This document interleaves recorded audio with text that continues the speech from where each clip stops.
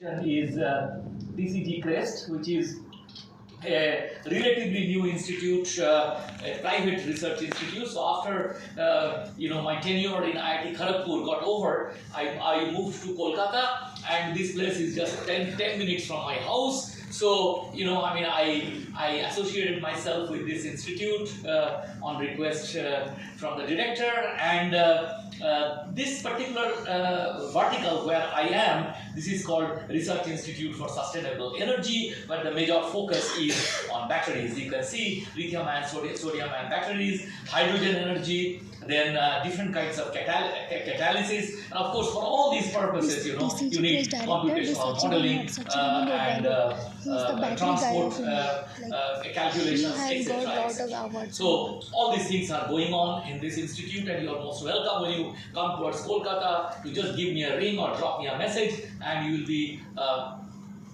you are most welcome to visit our center. And incidentally, I can tell you only one sentence, that here under one roof we have got almost everything necessary for making batteries. Okay. Coin cell, pouch cell batteries, starting from scratch. The materials, all kinds of facilities for characterization and measurements and everything. Okay, so it's probably by far one of the best labs on batteries in India as of now. I can say that with some amount of confidence. Okay, so let's see. Yeah. So what is the plan of my talk? So after doing some introductory remarks, mainly addressed to the students, I'll talk about some quantum gate modeling for large systems. Then I'll come straight to the topic of my talk, namely chemical bonding in molecules and solids. Okay, I'll give some kind of introduction, because some of the people here may not know how it is possible for us to quantify this thing. And then I'll come to the computing the overlap and the Hamilton population via projected population analysis. As we proceed, we will see how the DFT-FE can be utilized for extracting this this chemical bonding information. Okay, and as an example, which Funny has already shown you very briefly, hydrogen chemisorption in large silicon carbon nanoclusters we have done using DFT-FE, which I will discuss with certain amount of details. And then more recently, what we are embarking upon is on electrode solid electrolyte interface in lithium and sodium-ion batteries. This is not a completed work, but is an ongoing work. I'll mention that, and I'll also tell you some works which we have already done in our lab on lithium-3YCl6 solid electrolytes and machine learning based approach for MD simulation. One of my students is here in the audience, Rajdeep. So he is also involved with this. Okay, so that is the plan of my talk. Now, just a preamble again. These are all sort of pedagogic level. Okay, as we all know that the large-scale simulations are needed to bridge the gap with experimentally tractable systems from electronic to atomic length scales. I hope you understand that. Whenever you are talking to an experimentalist, they talk about 100 nanometer. Now, for us, doing a 100 nanometer thing to simulate using DFT is just, it used to be impossible. Okay. Okay. I mean, if we can do 1 nanometer cell, okay, that's good enough. But 10 nanometer, 100 nanometer is something. But that's what the experimentalists are interested in. So, how it is possible to bridge the gap? Okay. Then, so from 1 nanometer to 10 nanometer, 100, it typically needs 500 atoms to maybe 10,000 atoms. Okay. So these systems that need large supercells. What are the systems? Materials materials with all kinds of defects and disorder and dislocation built in. You have already heard from Sambit about some of the extended defects. Okay. Then nanomaterials and nanostructures in 0D, 1D, 2D. Okay. Then materials without long range order, short range order may be there, okay, like quasicrystals. Again, you heard about it from Sambit just now, a nice talk. And then multi-component metallic alloys, it's a very challenging thing today. High entropy alloys. We hear a lot about the applications of high entropy alloys in various things, including in batteries. So this is something which is a challenge, to be handled using the first principles DFT with quantum accuracy. And last but not the least, I would like to tell you a little bit about buried interfaces. Okay, interfaces are always buried. An interface between A and B, the interface is buried between the two. Okay, these are also sometimes called heterojunctions, or you can also consider it as an overlayer substrate systems. Now these are things which are very often encountered in material science. Okay. So the methodologies, of course, these are all well known. The Kohn-Sham DFT is the unchallenged workhorse. Whether you do it in k-space, whether you do it in real space, whether you do it in augmented space. Many of you do not know what is augmented space, but I will not go into that details. Scaling is a very important thing. I mean, already Funny has mentioned about scaling. Now remember that depending on the accuracy which you want. Okay, this is a very important thing the students sometimes they overlook. I mean, whether you want to do a quantum chemical calculation, okay, like CAS SCF or something like that, those of you who know, or you do a density functional calculation or something else. Now, whatever you want to do, these are not exact calculations. These are all approximations. Everything is an approximation. Okay. Now, the scaling can go all the way from n to the power 1, that is linear scaling, to n to the power 7. Okay, so now for spectroscopic accuracy, you really need to go to methodologies which scale very high. Whereas for material science, you need to have, because these are large systems, you need to have scaling which are relatively small and preferably almost close to linear scaling. Basis sets. Again, I don't have to say because I think it was very, very nicely covered by Funny. For localized basis sets like Gaussian, the extended basis sets like plane waves. Whether you are handling it with pseudo potential or with all electron, these are all things which are there in the literature, and this is still not saturated. Remember, still not, and that is why we are here today. We are discussing about some basis set which is a finite element basis set. That's why we are here today. So I was a bit surprised when Funny asked the question, how many of you know about the basis sets? You have to know what is a basis set. Okay. Remember that density functional theory, different kinds of exchange correlation potential, is an enormous, humongous amount of literature which is available there. But equally large number of literature are there in basis sets. These are two different inputs to any density functional calculation. Basis set is very important, and of course, DFT-FE is the meeting ground for robustness, for parallelization, for accuracy. All the three things together, we are trying to achieve using DFT-FE, and that is what is the subject matter of this particular workshop.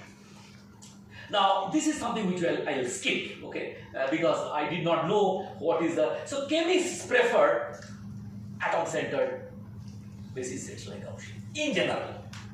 Okay, there are always exceptions. You ask a chemist, the first thing which comes to their mind is Gaussian. Ask a physicist, the first thing which comes to their mind is a plane wave. Now, so this is the plane wave basis sets. Okay, everybody knows, and conceptually simple. Poulet force he mentioned. Okay.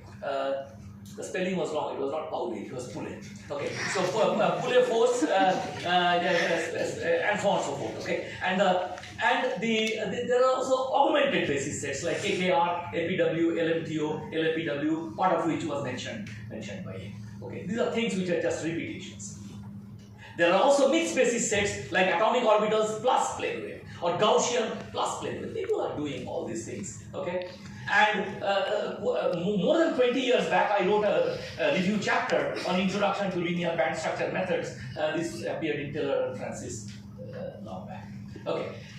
So there are energy independent atomic orbitals located at a particular atom Rj, okay, and these molecular orbital basis functions can be a Slater type orbital or a Gaussian type orbital, which all of I'm sure the students who are here, they are known, okay, the kind of a form of a Slater type orbital or a Gaussian type orbital, okay, and yeah, this is the kind of things, okay, and these numbers A, B, C, they control the angular momentum and etc. etc. Now, there is something which less number of people know, that is Moffin-Tin orbital. Now, the Moffin-Tin orbital is something which is also something like, you look at this, it is a r to the power L plus b r to the power minus L minus 1. So 1 divided by r to the power L plus 1. And the kind of basis sets which is there is here. This is the radial part, okay. This is for r less than SR. What is SR? SR is the Moffin-Tin radius, okay. So within the Moffin-Tin radius, it is this, and outside the Moffin-Tin radius, which is the flat region, it is this. And so it is a kind of a basis set which looks a little bit more complicated, but it is almost like driving a Maruti car. Inside, whatever it is doesn't matter. When you drive, it drives smooth. That's what is important for people. Okay. So. This is German. So Ludwig Wittgenstein said, "Wovon man nicht sprechen kann, darüber muss man schweigen." This was something which English is, if you cannot afford to do the calculation with a proper basis set, do not perform. This was a statement by Ludwig Wittgenstein. Okay. Now, DFT is an unchallenged workhorse for material simulation. I will not discuss. It is versatile, tunable, flexible. It is amenable to different kinds of extension. It adds different levels of complexity, which all of you know. Phonon dispersion optical properties come out decently. And coupling with model Hamiltonian, very important. Many people they try to couple this DFT self-consistent DFT calculation with model Hamiltonian, like Howard model, TJ model, Anderson impurity model, and so on. Spin-based systems. Today, more and more people are going into this. Spintronic devices, Rashba-Dresselhaus spin splitting, Zhaushinsky-Moria interactions for spin textures, magnetic skyrmions, and so on. Many of my friends and collaborators all over the world are working on this, including people right here in India. Okay, topological system, something which is my latest love. Two of my students finished their PhD on this. So topological insulators and topological semimetals, where inversion symmetry or time inversion symmetry or both are broken.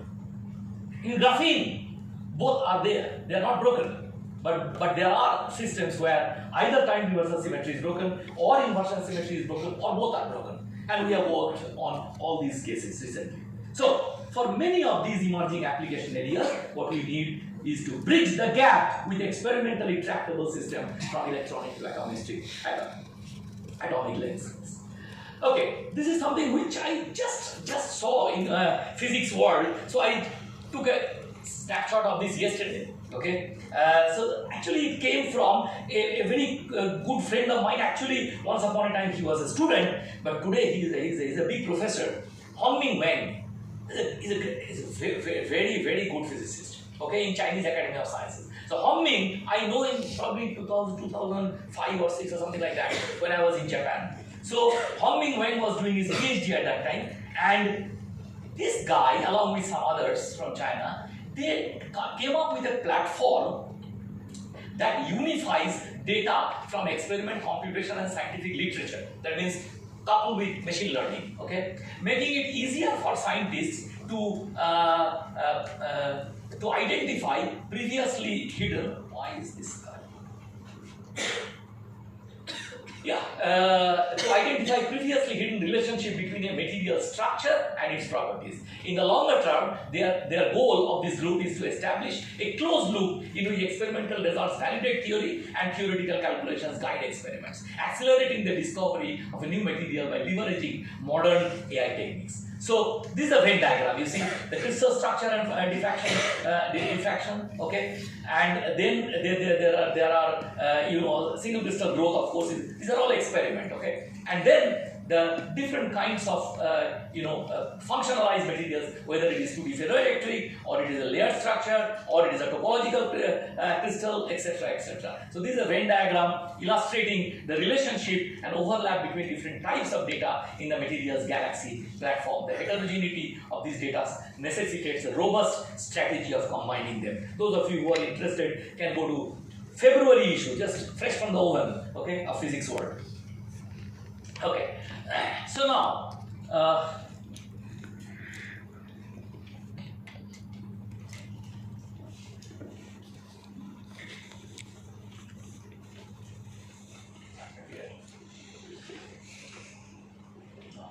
not moving.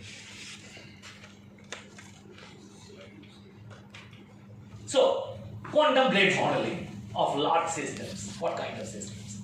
Now, there are some applications which have been done, which are being done, and mainly, of course, by this group, Fani, Motamari, Sambit Das, and Vikram Davini, and their groups. Okay, there are a number of very interesting systems that have already been handled, but that's only the beginning. There are many more to come, as you will see. Okay.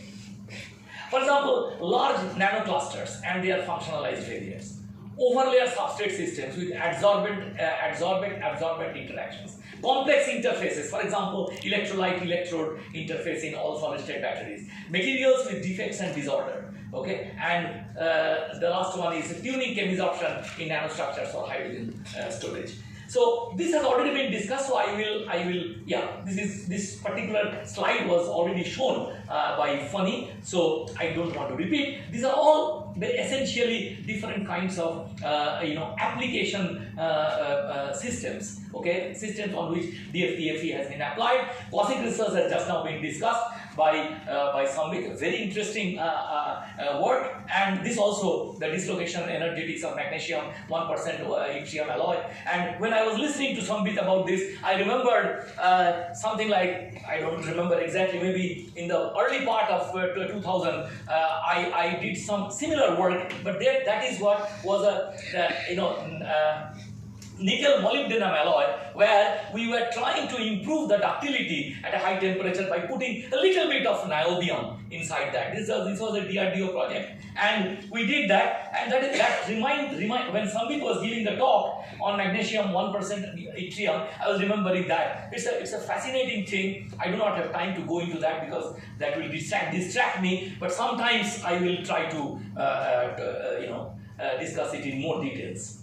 Anyway, this is what we did, on the first principles approach to thermodynamics of alloys, phase stability of binary intermetallics. This was done, and this was the entire, flow chart that we did on binary alloy, how we could calculate the configurational averaging and the total energy calculations, and we used mainly linearized method like LMTO and LAPW, okay, and to extract what is known as the effective pair interactions, and the configurational averaging was done using different kinds of methods, and we coupled the DFT calculation with statistical mechanical, mean field statistical mechanical ways to include the configurational entropy, okay, so, and then we calculate, of course, free energy, E minus Ts, and ultimately we went to the phase diagram. This was a complete thing, and this chapter appeared in this book on electronic structure of alloy surfaces and clusters, and this was 2 decades ago. Yeah, then we worked also on different kinds of hydrogen storage, first principles design and complex chemical hydrides for hydrogen storage material with one of my students who is now in IIT Delhi as a professor, has just become a professor, I think, Shashwat, a very, very bright person. Okay, and then we also worked on simulation modeling and design of hydrogen storage materials, okay. And this is something which I would like to say, because the semiconductor nanostructures for hydrogen storage is something which is very interesting. I mean, if you have got a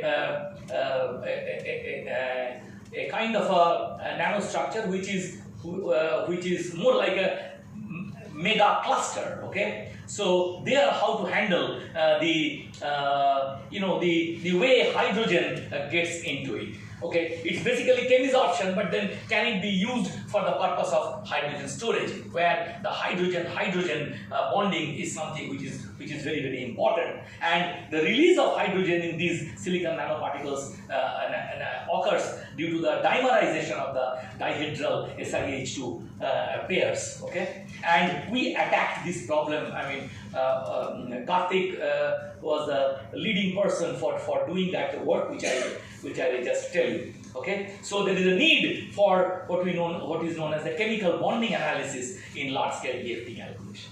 Question is how to get a quantitative information about the chemical bonding. So this was done by using projected Hamiltonian population analysis. Okay, so this was the question: how to extract chemical bonding quantitatively, and the typical standard method which all the practitioners of DFT they follow is what is known as a cohort.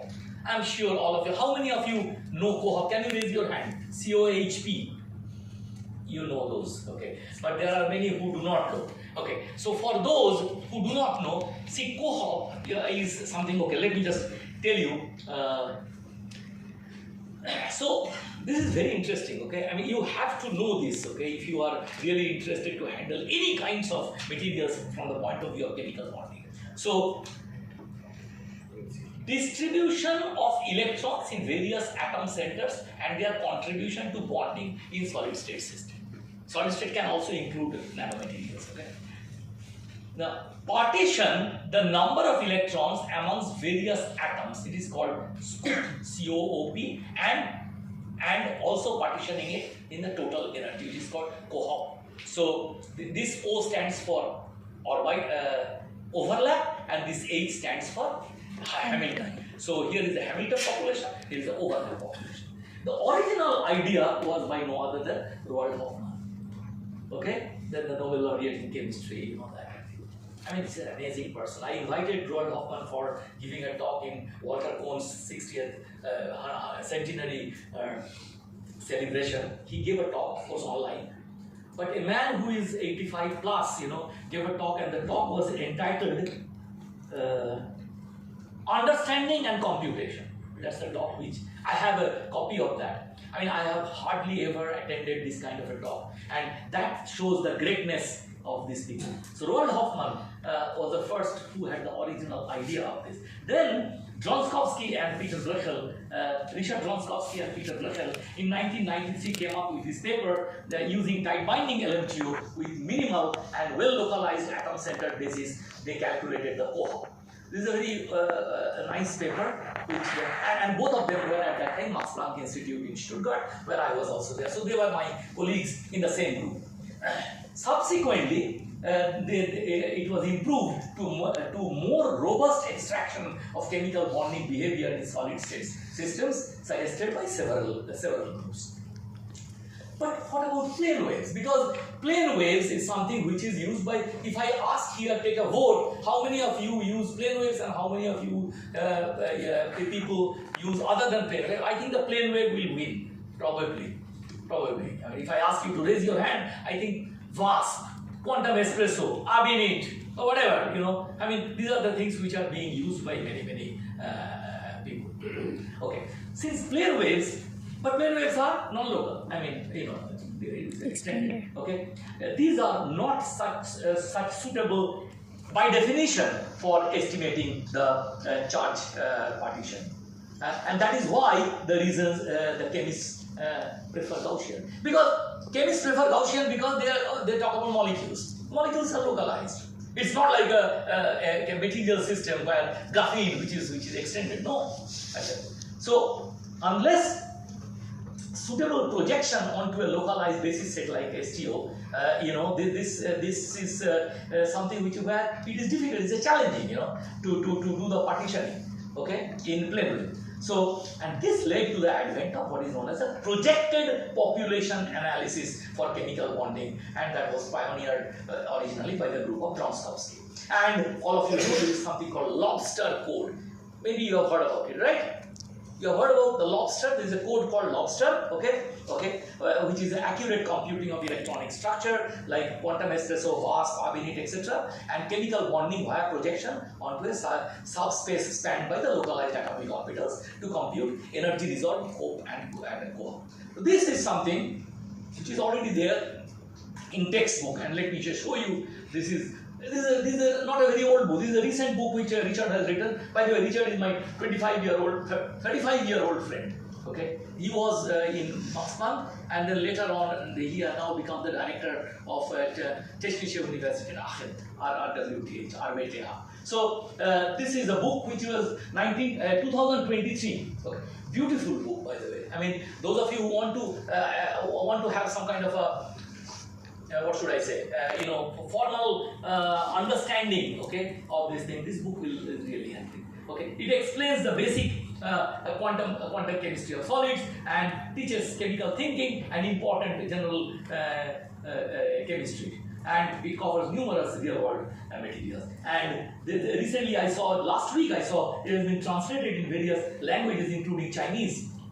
Okay, the same book has been translated. So basically, the lobster code, the local orbital basis suit towards electronic structure reconstruction, and this approach combines the advantages of plane wave density functional theory and maximally localized atom-centered basis for understanding chemical bonding properties. And this is something which is all there in the literature. There is nothing new here which I am telling you. This is all there in the literature, and this book gives you a very generous dose of all these things. Now, what are the limitations of lobster? Okay, plane wave often restricts simulation domain to be periodic supercells. Again, I'm repeating things which Funny said, but sometimes it is better to repeat so that it goes into your head. That's incompatible with defects, nanoparticles, charge systems, like for example in batteries, etc. Plane wave basis is democratic. Yes, it has disadvantages, agreed. It is democratic, it is everywhere. Same. Okay? It's democratic. And providing uniform spatial, rich and poor, they don't differentiate. Okay? So, providing uniform spatial resolution and hence computationally inefficient for studying defects in isolation. That is the problem. Okay? So, extended in real space involving all-to-all communication between processors, thereby affecting scalability and massively parallel computer architecture. Again, something which is repetition. So, the parallelization, when you come to, okay, in high-performance platforms, there you have certain difficulties that you face. So, lobster code is applicable to a maximum of maybe 100 is a bit, how much funny? I mean, lobster, maybe 100, 200 struggles. Something like that. Okay.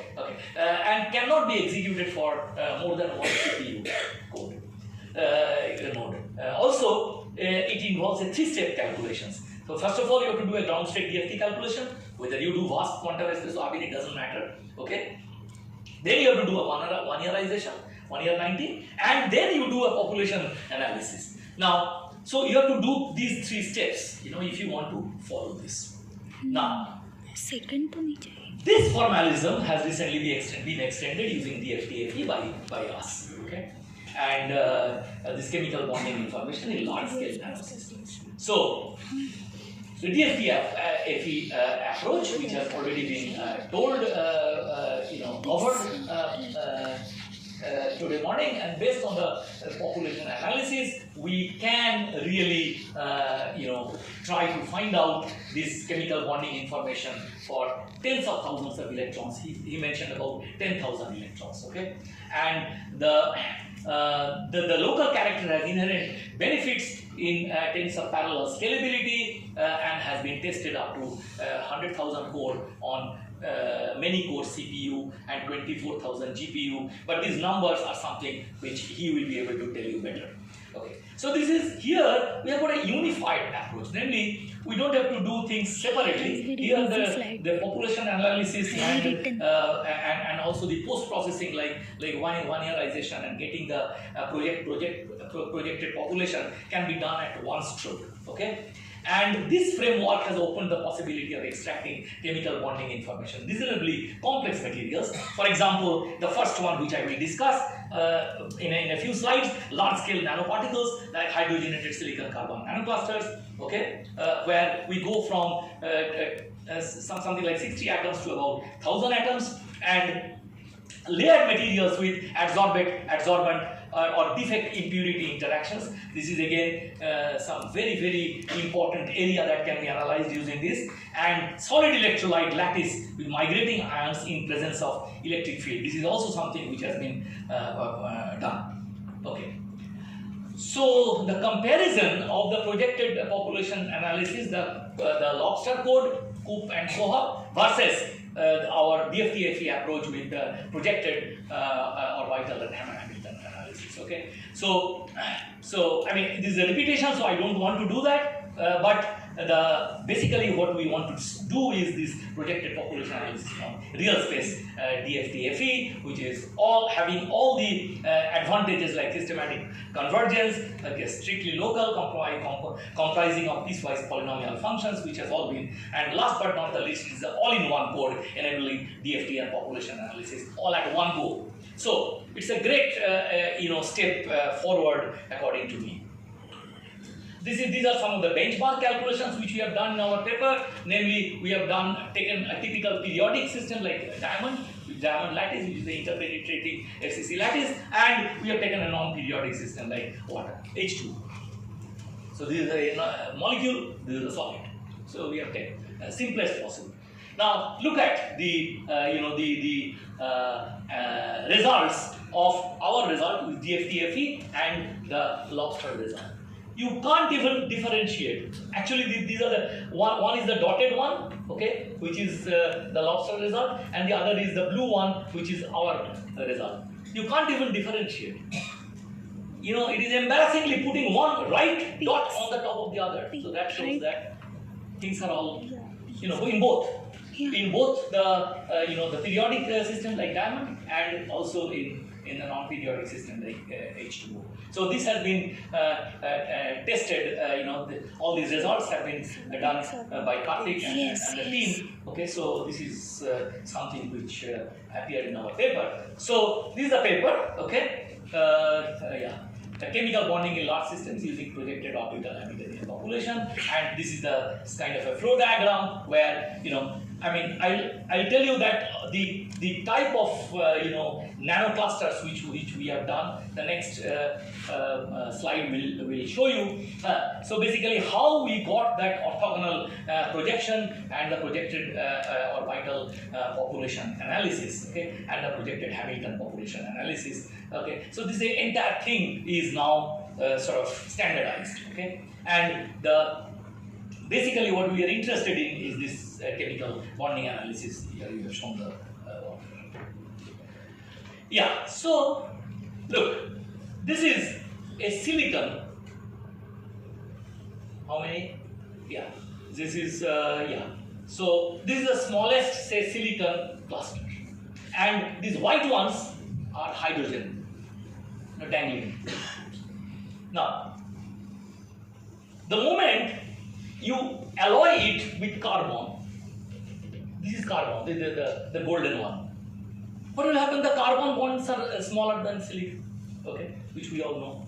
So there will be a squeezing. It has to be. When you do self-consistency, geometry optimization, then what will happen is that these hydrogens, they will come closer. See, here it was like this. The moment you put the carbon, these silicon carbon bonds, the outer ones, they, instead of like that, they will come like that. Ultimately, that is what is our intention. We wanted, in a hydrogen storage material, we wanted not H, but H2. H is something which is hydrogen atom. That binding is too large with the lattice. That hydrogen cannot be taken out. So, but if you have it in H2 as a molecular hydrogen, then it is possible for you to take out. So now, let me tell you what we have done. So now we try to do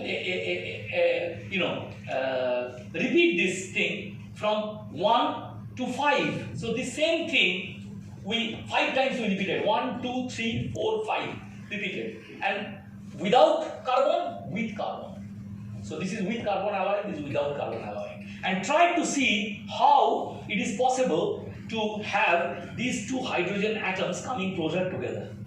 Okay, and of course the silicon interaction, the silicon hydrogen interaction, they change when you go from the smallest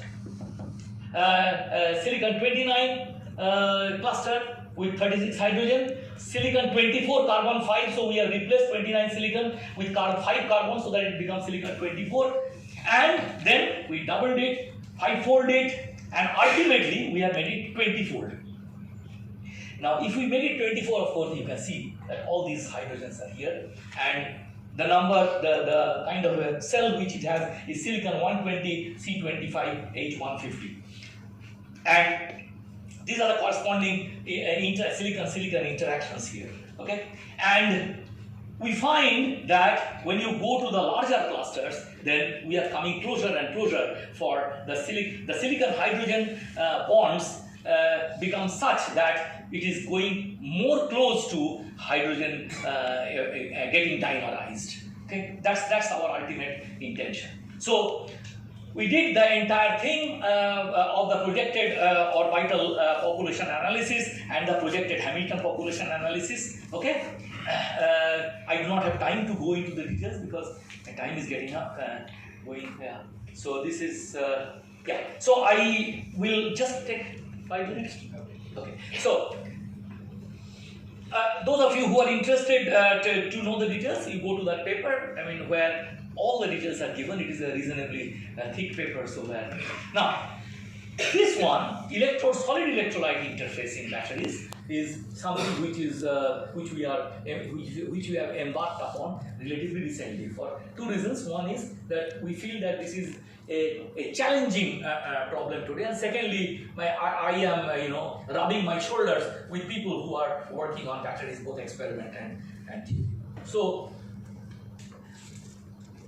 before I come to battery, I would like to tell you something. Okay, this please underscore whatever I am telling. Interface is a very, very important thing in material science. It is something which is always there in all kinds of materials and devices. And so look at, irrespective of whether one deals with the semiconductor devices or energy materials or 2D heterostructure or solid state batteries, interfaces play a crucial role, but the nature of the interface in all these systems are vastly different in character. Okay? Semiconductor heterojunctions or metal semiconductor interfaces. In which year I first worked on, it was 1989, there was a PRL. And I worked for more than 1 year on one paper.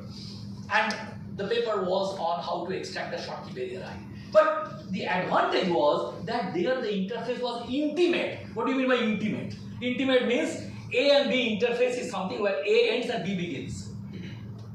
There is nothing intermediate. A ends, B begins. So you can define the entire animal by one space group. Now that is something which allowed us to do this calculation in those days. Those days there were hardly any, those days there were only LMTO. He mentioned about 1980 onwards. I'm talking about mid-1980s when I was in Max Planck Institute. At that time, there were only 4 or 5, the codes which were available. Nothing else was available at that time. So with those days computer, which is probably nothing compared to what we are available today, extract the band offsets and the Schottky barrier height. Band offset is EV of semiconductor 1 minus EV. EV means valence band top. That's what EV. Okay. So valence band top of semiconductor 1 and valence band top of semiconductor 2. What is the difference between these two? That is something which is important in quantum well structures. Okay. In Bell Labs at that time, there was a lot of work which was used to be done. And Schottky barrier height is, of course, something which the device will do. Then, in metal ceramic junction, for example, aluminium on silicon carbide. Silicon carbide is a ceramic, large band gap. Aluminium is a metal. Or silver magnesium oxide. Silver is a metal, magnesium oxide is a large band gap semiconductor. The question is, whenever you want to use any of these ceramics for high technology applications, you need leads. You need leads, to take out. Okay. So soldering iron, what do? Soldering iron is what? Some kind of a silver paste you try to put with a heat, but now to our horror, we found that in many of these, like alumina or magnesium oxide or silicon carbide, when we are trying to put that thing, after a month or so, it was coming out. Why? It was coming out. Why? Because the bonding was too weak. So the challenge was thrown to us, how it is possible for us to calculate the energy of addition and how to maximize it. We did it. Interface again. Next, in 2D materials, heterojunctions, since the bonding is predominantly weak van der Waals, there is an advantage, there is a freedom of matching materials that have different structures. See, you can easily do, say hexagonal boron nitride on graphene. They are isoelectronic. Even though electronically they are absolutely poles apart. In graphene, it's metallic. I mean, it is half metallic. Okay, so the electrons flow with a high velocity of the order of 100th of the velocity of light. Whereas the hexagonal boron nitride is has a band gap of 6 electron volt. But these two things you can put one on the top of the other, hexagonal boron nitride and graphene, and make wonders. So there, these 2D material heterojunctions, the predominant bonding is van der Waals. Okay.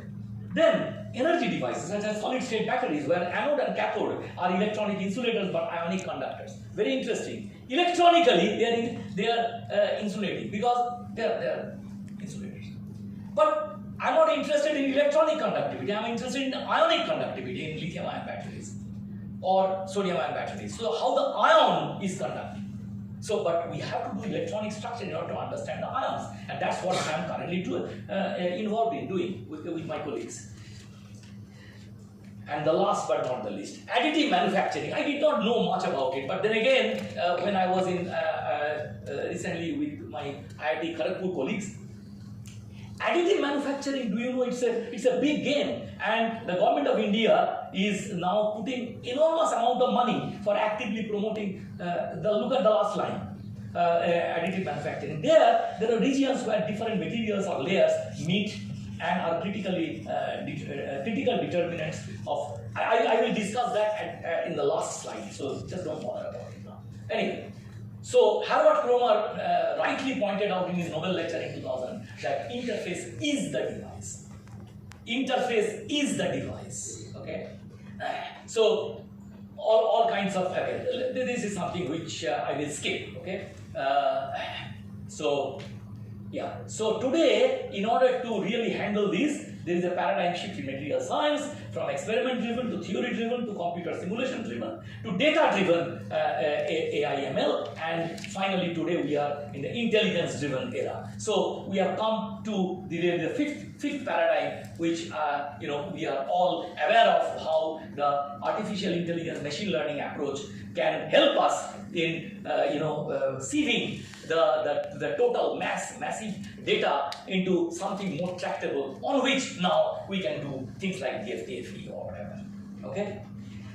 Okay, so this is something which I will say, this is a work which we have done in our group on lithium LiTYCl6, which is a solid state electrolyte material for all solid state batteries, which is again very, very important. It has got advantages, but it has got challenges, and there is a billion dollar industry which is there on this. And this interface, by the way, is goddamn complicated. It is impossible. I mean, I worked on semiconductor heterojunctions and metal semiconductor interface. With the same tool, if I am asked to handle this interface, I just cannot do it. So I need DFT-FE. That's what I was telling Funny and my colleagues here, the students. So without that, it is impossible. I mean, the kind of tools that I used in those days for handling epitaxial interfaces, those tools cannot be applied for solid interfaces for electrolyte, and this electrolyte is usually solid electrolyte. There are liquid electrolytes which may be it will be you will talk about probably, I don't know. Okay, he has worked on those. So the liquid electrolyte has got advantages. Namely, it wets the surface properly. Solid electrolyte, no, it does not. It has a treacherous kind of a geometry between the electrode and the electrolyte. So mostly people use liquid electrolyte. There is a reason for it. But solid electrolyte, there are challenges and there are also advantages for which people do. This, for example, one is that dendrite problem. But the poor contact and the interfacial incompatibility is a challenge to be handled, which is not there in a liquid electrolyte. Okay. So Nishant knows more about this. Okay. So now, yeah. So this is something which we have done on. This is the last one. Yeah. This paper. Recent paper, optimizing solid electrolyte with 3D transition metal dope LiCyCl6. There we have done all these standard thing, and how DFT has been used to help us identifying some of the candidate compounds. Basically, what do we do in LiCyCl6? We replace yttrium partly by transition metal like cobalt, vanadium, blah blah blah. Okay, and we found this cobalt 0.125 is something which is giving us the best possible pathway for the ion, the lithium ion, the Li+. And here is a picture probably I have. Yeah, you see, this is, of course, this is done by molecular dynamics, okay, and which Nishant is going to talk about the next. So we have done the lithium diffusion pathways, okay, and we have found that this cobalt is, cutting the long story short, the cobalt is the best possible thing, even though we have actually worked on all titanium, vanadium, chromium, manganese, blah blah, everything we have done. Okay, so and the variation of the local, the structures, octahedral units of the transition metal Cl6. Okay, these are some of the numbers, which is a matter of details, and we have done this thing at 1000 K and at 20 picosecond. Okay, this all these ones. So we have done DFT, we have done molecular dynamics both in this. Now the liquid electrolyte interface versus electrode solid electrolyte. See, this is liquid electrolyte, this is solid electrolyte. Okay. The industry standard today is this, not that. But we are going to this for some obvious reasons, okay, including safety. Okay, there is a less chance of getting short circuit. That is why we are going to that. Okay, so solid state lithium ion battery has a great energy density, greater energy density, superior safety, and a dramatically prolonged lifespan for surpassing the capabilities of traditional liquid electrolyte systems. Okay. So how to enhance the energy density and safety of solid state lithium ion battery? There is a review, relatively recent review, okay, in 2025. I have given you the reference. So this is another interesting paper towards an atomistic understanding of solid state electrochemical interfaces for energy storage. Okay, so this is something which is a very state-of-the-art challenging things. Okay, which I wish we can handle it using DFT-FE. How? We'll see. Okay. So this interface is something where we have to really do the right approach to understand this and extract quantitatively this interface scaffold between the electrolyte and the electrode. Okay, this is something which this Mehul is here. So he has he's doing some of the. This is a young boy. Okay, he is doing this lithium LLZO interface. LLZO is lithium guarded. Okay, lithium lanthanum zirconium oxide interface. Okay, so remember that this is both stoichiometric as well as off stoichiometric. And there are different kinds of lithium facets he has taken into account, lithium facet 1001, 10, and so on, and LLZO facets. So the goal is to specialize universal graph neural network model plus something, if you know, fine, that CHGNet and MES, he is using these, okay, and has done already some benchmark calculations, and he will, I insist that if you are interested, you discuss the details about how he has done it, this LLZO LI interface of the different things, okay. So the interface resistance and contact loss can dominate solid state cell impedance. The facet termination tunes adhesion, okay, and the heterogeneous current plus defects can trigger filament dendrite initiation at weak regions. So all these things are being done first using the machine learning approach, okay, and after that, when you reduce the entire thing to only a few candidate materials, then you do DFT-FE. That's the idea. Ultimately, we do DFT-FE, but not on all. So we do fine tuning using MES, and there are different T1 and T2 are the two different phases which in details has been done by them, but I do not have time. But we will have plenty of time to discuss about this. So let me conclude. So what I wanted to tell you is that indeed today we have come to a stage when which will be possible for us to gainfully utilize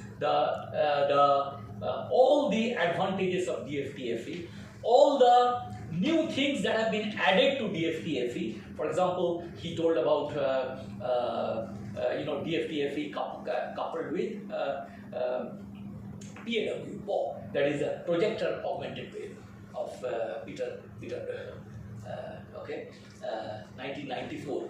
I think one of the highest cited papers. Peter, you are saying, showing that nice picture of how many Peter Beckel's 1994 paper on PAW is still today one of the highest citation. Okay, so Peter. I remember Peter when he was working on this in Max Planck Institute. I mean, nights after nights this guy was working, and we were working together in those days on some of the problems. So it's just an amazing, and as he said that what is that ultra soft Vanderbilt? The ultra soft Vanderbilt was used very extensively, but today I think almost all of them, okay, the norm-conserving as well as the ultra soft has given way to the PAW for obvious reasons. So PAW is the unchallenged, the best for today. So you can safely use PAW, and that his group has included. Number one. Number two, for handling magnetism, you have to do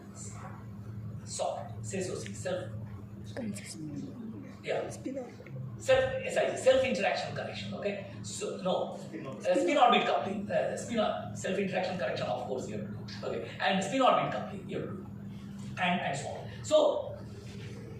So what we have done, I have told you about the solid-state batteries, okay? Need intense usage of large-scale computation, especially to address the complex electrode-electrolyte interface. For correlated electron systems, this is something which I will discuss more with this group, with Funny and the entire team, okay?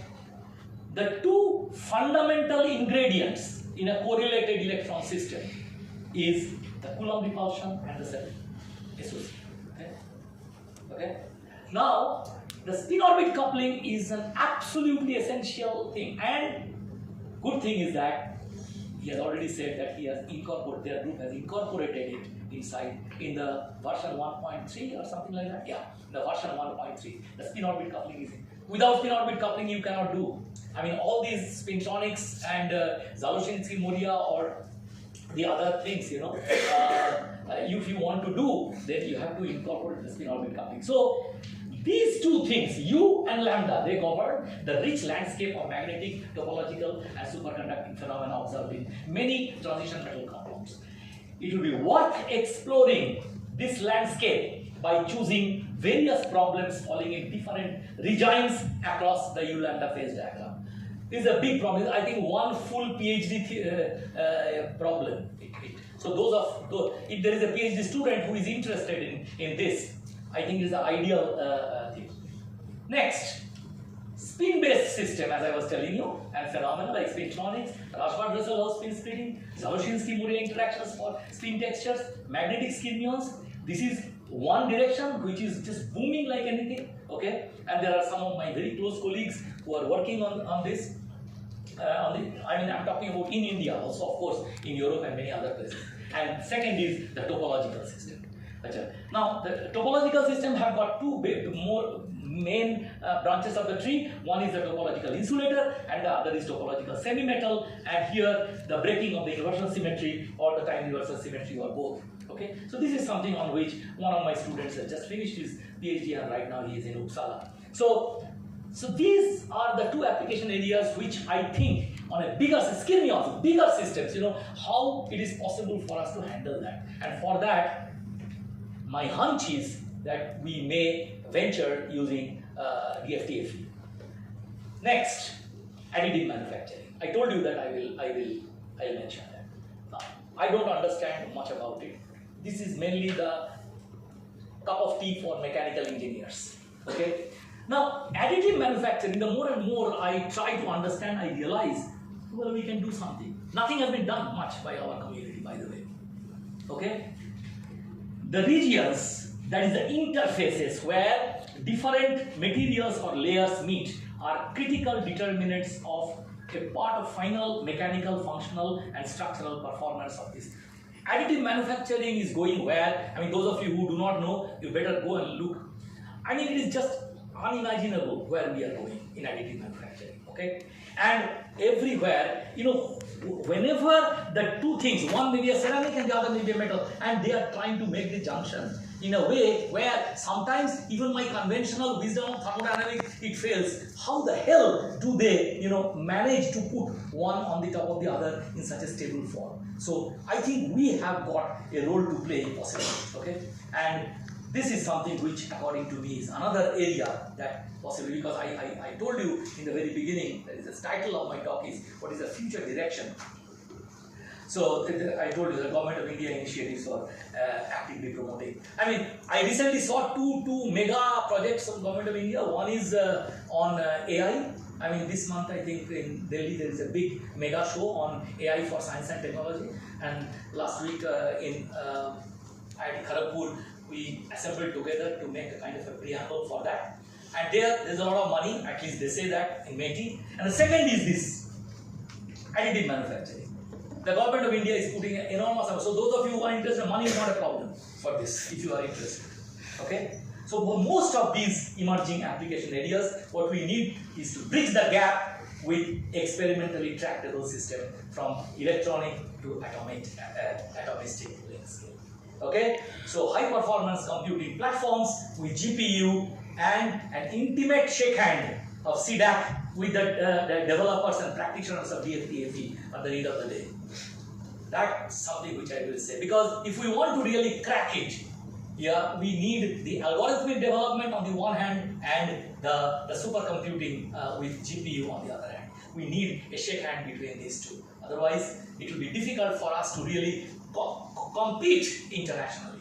Okay, so these are the people who have actually collaborated. They are all from here. Okay, Rajdeep is here in the audience. Tanmoy is my colleague. Biplav is from Uppsala. We collaborate for a long time. Shatadeep is in IKST Bangalore. So we all collaborate, not necessarily on the topics which I said, but in many of the things. So I just mentioned. This I should say.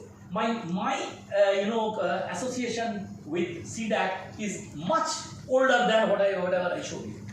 Sundarajan was a student, at that time, 1990, mid-90s, and then he joined as some head of something, you know that, I mean, or whatever, In 1999, he joined CDAC, okay?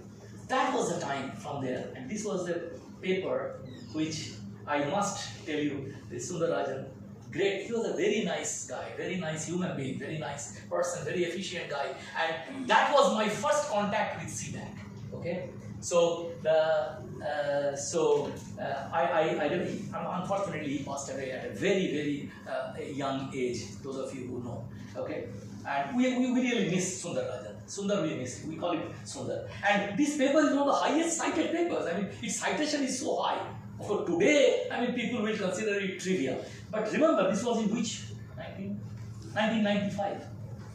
In that day, it was a non-trivial thing we did. Okay, so my contact with CDAC is much older than my contact with this group here. Okay, so I must say that. This is a epilogue. I finish So with a quote by Paul Dirac. Paul Dirac said in this book, The Relation Between Mathematics and Physics, pure mathematics and physics are becoming ever more closely connected through their methods, though their methods are different. One may describe the situation by saying that the mathematician plays a game in which he himself invents the rules, while the physicist plays a game in which the rules are provided by nature. You agree? But as time goes on, it becomes increasingly evident that the rules which the mathematicians find interesting are the same as those which nature has chosen. So that is where the mathematicians and the physicists, they come together. There is so much of mathematics which has been shown by Funny, but ultimately our intention is to use the mathematics as a tool, but ultimately to come out with what is called a reality. So that is what I will say is something which you should always remember. So that is where I stop, and I would like to thank you for your attention.